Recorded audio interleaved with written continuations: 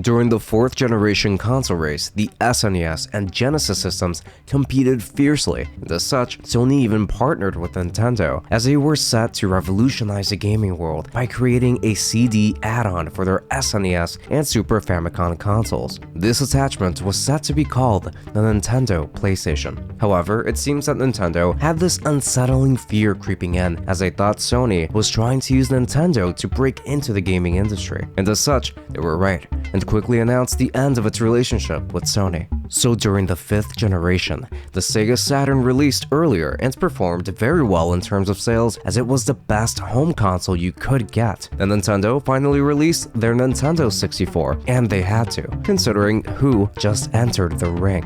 In 1995, Sony decided to release the indisputable champion of this generation, enter the PlayStation. Nintendo was finally toppled from its #1 spot.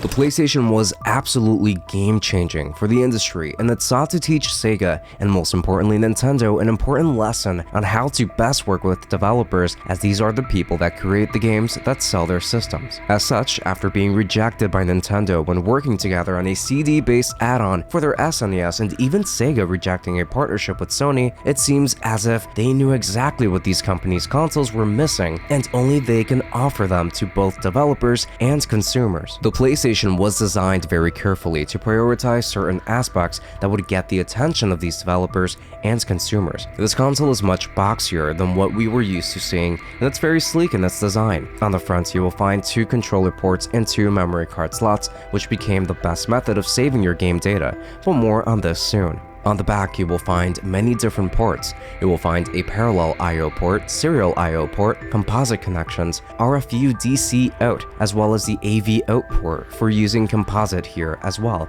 and a power connector. Let's talk about these ports, as there are quite a few here. The parallel I/O port was not something that received any use from Sony, and essentially just became a port that some third-party companies made use of, such as for the Game Shark, which allows for cheats to take place. The serial I/O port was intended for local multiplayer, but not in the sense that we know it as today. This allows you to connect 2 PlayStation consoles together and engage in multiplayer without having to do any sort of split screen, basically allowing you and your friends to play on 2 different setups without sharing a screen. Then we have the separate composite connections here, which was used for allowing the PlayStation to have greater compatibility with other video-related peripherals, although the AV out port was the one mostly used, as that's how we played our games. It's essentially the same functionality, but just offers more flexibility to work with what you already have. Then the RFU port was used to convert a signal to work through RF, as to support older televisions that did not use composite yet, and more modern ones that did. Then finally, on the top,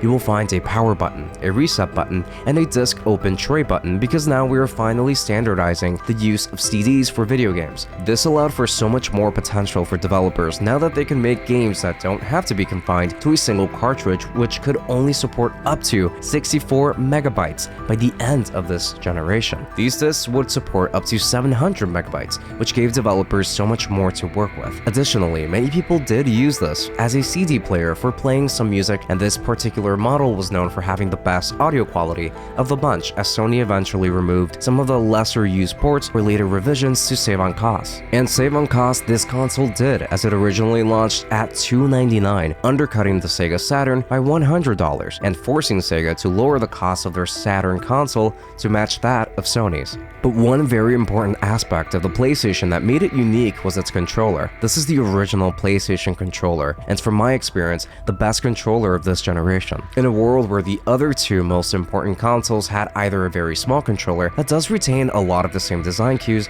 that their customers were at least used to, or a controller that had gone in a completely unprecedented direction design-wise, this one felt like the most sane option, and one that has retained most of its design cues to this day. Here we get perfectly symmetrical grips and a brand new layout that doesn't aim to be quirky, but rather it just tries to be functional. We get directional buttons instead of a full D-pad, which is controversial, even if the buttons do feel pretty good, but aren't so smooth for executing diagonals. We have our start and select buttons in the middle, and X circle, triangle, and square, all of which do feel quite nice to press. For this generation, we get a set of 4 shoulder buttons to allow for additional functions and to make navigating across a 3D space a little more intuitive, although they did hinder this by excluding analog sticks from this iteration of the controller. I promised earlier that we would talk about the memory cards which were unique to the PlayStation. The Sega Saturn opted for saving internally onto its built-in RAM, which was also battery powered and means that you will have to change the battery eventually. Not to mention that it only held 128 kilobytes of storage. The Nintendo 64 opted for saving onto the board itself, which featured the same save batteries available on most cartridges. These also required a replacement eventually. Memory cards, on the other hand, were important because even though they only held 128 kilobytes of storage for your save data, you can easily expand to a second one and save onto that one as well. But you can also carry your saves with you to a friend's house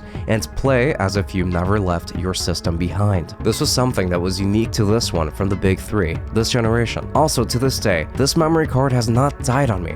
All of the data is still available on it. So with the overall design of the PlayStation as a major factor as to why it became so attractive for developers, much of that came from its use of CDs and the fact that it was so easy to develop for. During this generation, Sony was the most welcoming to third-party developers. They were able to bring some of the best games of not only that generation, but a good few are still highly beloved to this day. These are the games that allowed the PlayStation to soar in popularity.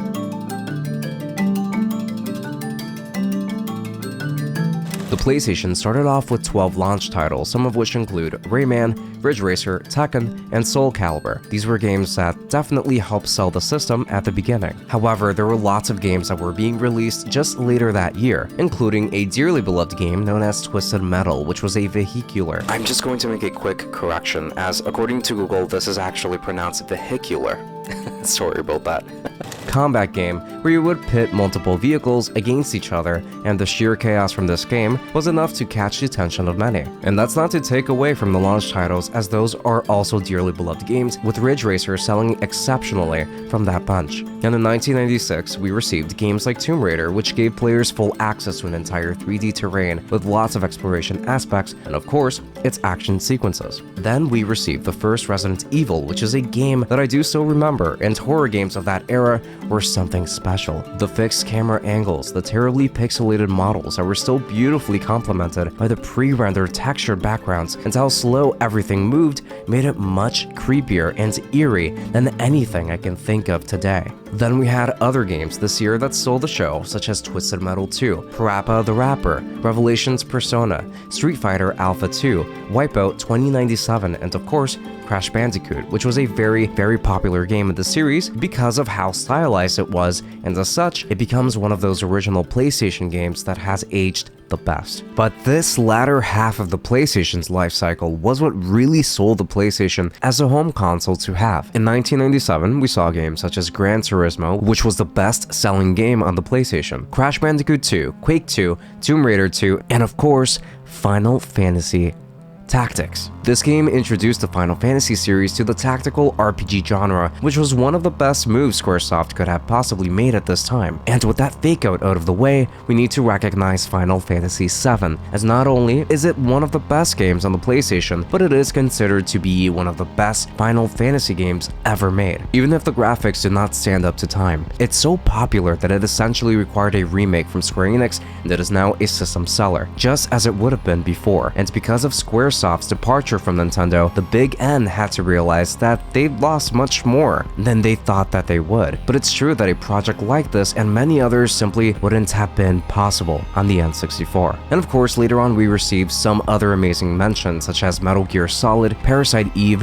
Resident Evil 2 and 3, Silent Hill 1, Spyro the Dragon, Gran Turismo 2, Chrono Cross, Legend of Dragoon, Final Fantasy VIII, I guess, and Final Fantasy IX, among many others that helped the PlayStation dominate, as no other console simply reached the same level of games that came to the PlayStation. The Saturn and the N64 did have absolute gems, of course, but I think the PlayStation simply appealed to everyone on every spectrum at the time. And with Sony's success at this rate from the 5th generation console war, they still had some juice that needed to be squeezed out of the life of the PlayStation. So some features from the original were not used so frequently, and most people that that wanted a PlayStation for alternative motives likely had one already. So Sony released a revision to the PlayStation and gave us a much smaller, but just as powerful monster, the PlayStation Slim, as we know it today at least.